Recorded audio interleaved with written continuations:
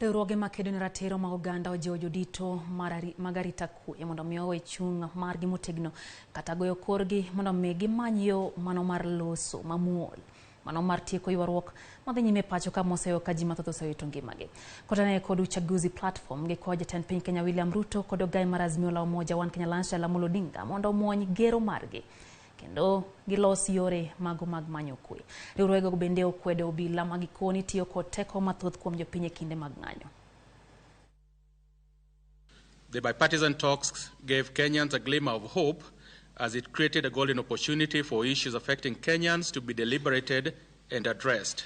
We reiterate the importance of the talks and the need for our leaders to exercise patience, soberness, selflessness that is needed to resume and see through the talks.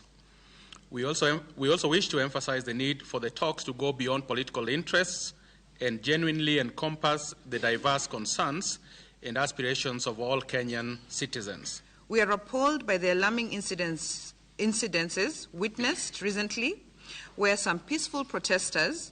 exercising their democratic right to picket were met with unnecessary force and arbitrary and unlawful arrests by the National Police Service.